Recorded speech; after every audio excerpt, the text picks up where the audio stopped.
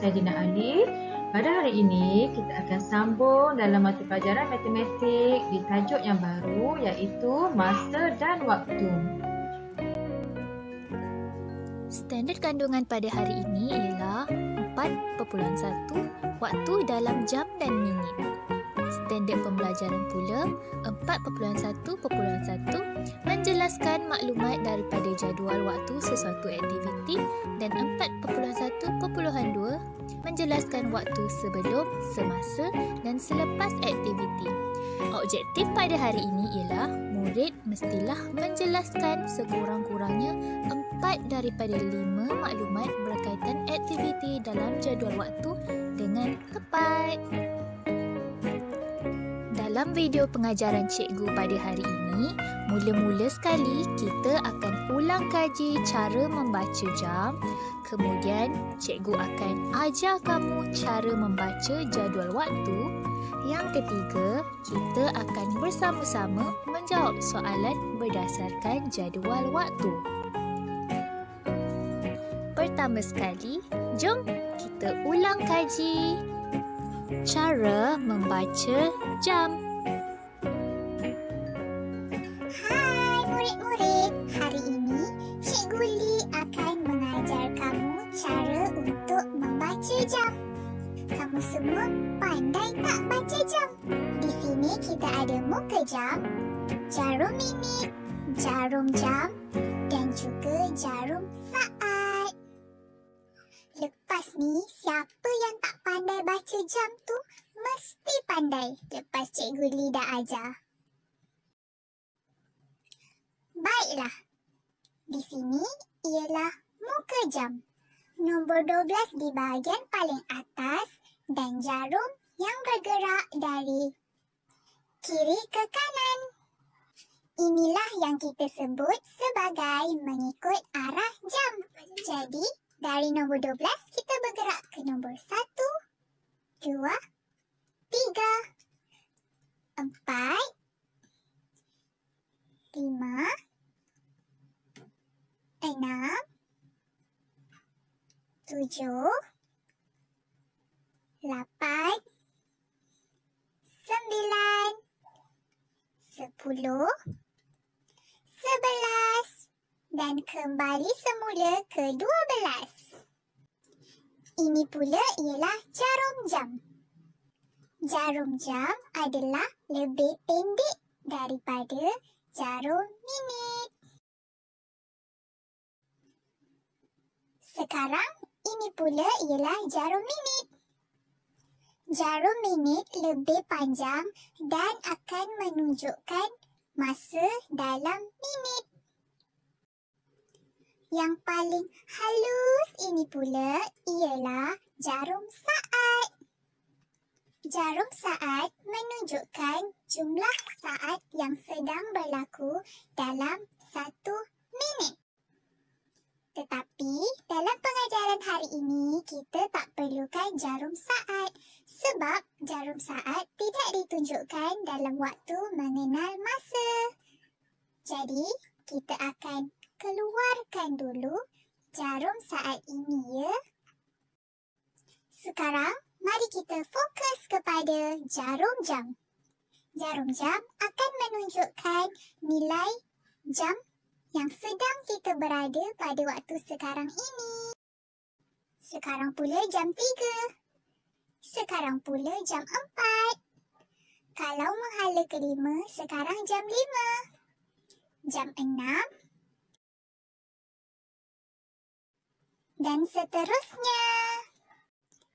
Jika kedudukan jarum jam berada pada tengah-tengah seperti ini, sekarang tetap dipanggil jam 3 kerana jarum belum sampai lagi ke nombor 4. Jarum jam bergerak seiring jarum minit. Minit 1, minit 2, minit 3, minit 4, minit 5,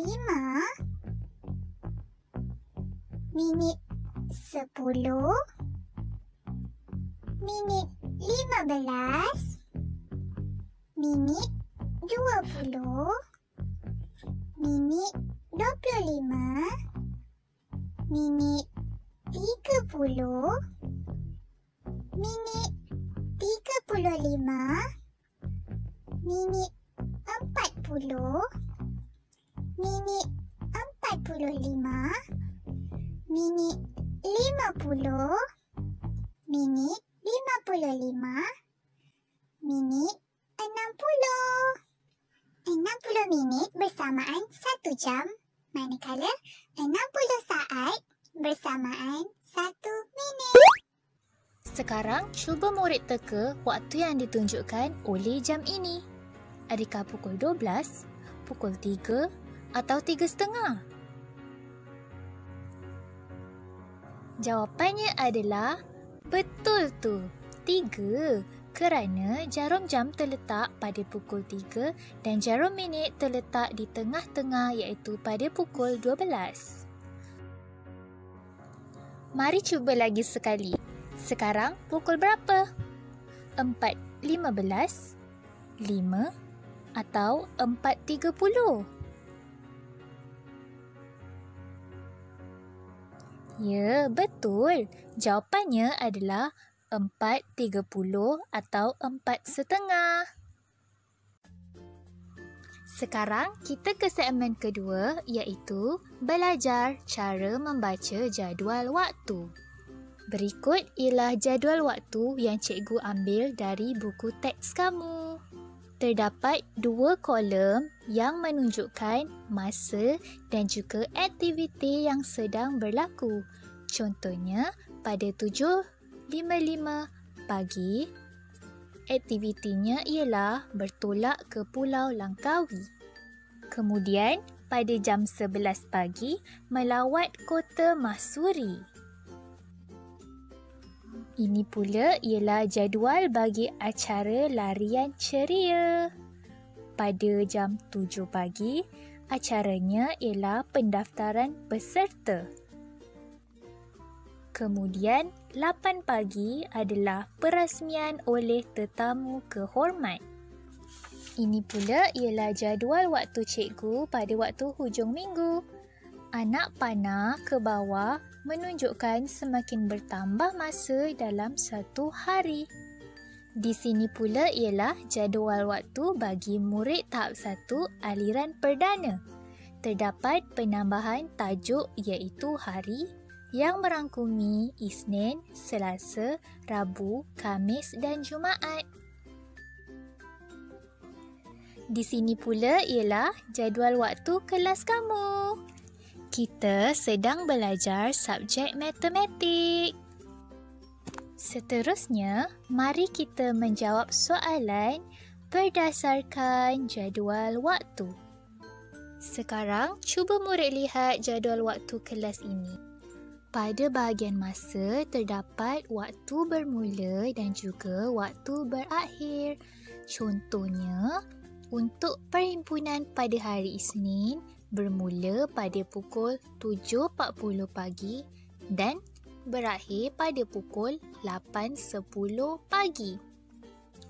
Soalan pertama, perhimpunan bermula pada pukul berapa? Jadi, berdasarkan jadual, murid perlu bulatkan dahulu perkataan perhimpunan dan lihat pada masanya. Jadual menunjukkan masa perhimpunan ialah pada pukul 7.40 pagi. Seterusnya, soalan yang kedua, kelas matematik bermula selepas kelas. Pertamanya, murid mestilah tandakan matematik di dalam jadual dan murid perlu lihat kolom di sebelahnya. Subjek apa ya sebelum matematik? Ya, betul. Jawapannya ialah subjek bahasa Inggeris. Jadi, kelas matematik bermula selepas kelas bahasa Inggeris. Soalan ketiga, waktu rehat berakhir pada pukul. Jadi, sekarang kita akan bulatkan dulu waktu rehat, kemudian lihat pada masanya. Waktu rehat bermula pada pukul 10.10 dan berakhir pada pukul 10.30 pagi. Jadi, waktu rehat berakhir pada pukul 10.30 pagi. Soalan keempat, nyatakan waktu kelas bahasa Melayu. Mula-mula sekali, kita perlu tandakan bahasa Melayu di dalam jadual, kemudian murid lihat pada masanya.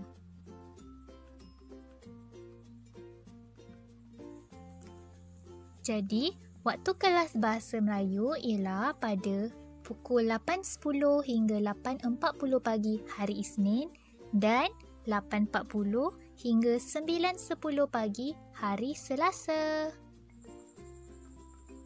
Sekarang, soalan terakhir. Sebutkan mata pelajaran sebelum pukul 9.40 pagi hari Selasa. Langkah pertama, murid perlu bulatkan pada masa 9.40 pagi dan tandakan pada hari Selasa supaya murid tidak terkeliru. Lihat pula pada waktu sebelum 9.40.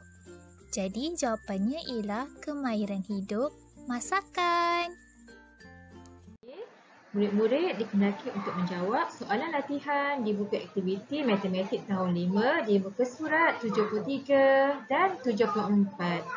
Okey murid-murid, sampai di sini saja. Assalamualaikum. Bye.